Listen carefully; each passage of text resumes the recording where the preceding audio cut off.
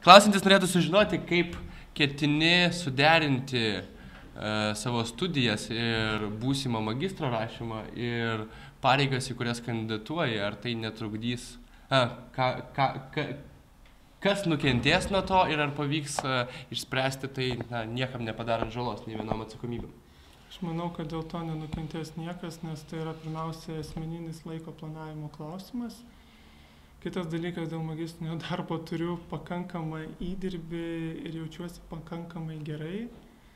Trečias dalykas yra tas, kad tiesiog to institucijoje, kurioje aš studijuoju, yra labai sudaromos geros sąlygos, suderinti paskaitas, viskas vyksta vakarais, nors esu dieninių studijų studentas, čia dar vienas iškrypimas mūsų sistemos.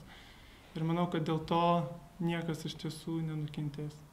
Prioritetas, natūralu, jeigu matyčiau, kad nespėčiau, būtų ši organizacija ir tada galvočiau, kaip sustabdyti studijas ar padaryti kažką panašaus kažkaip kitaip.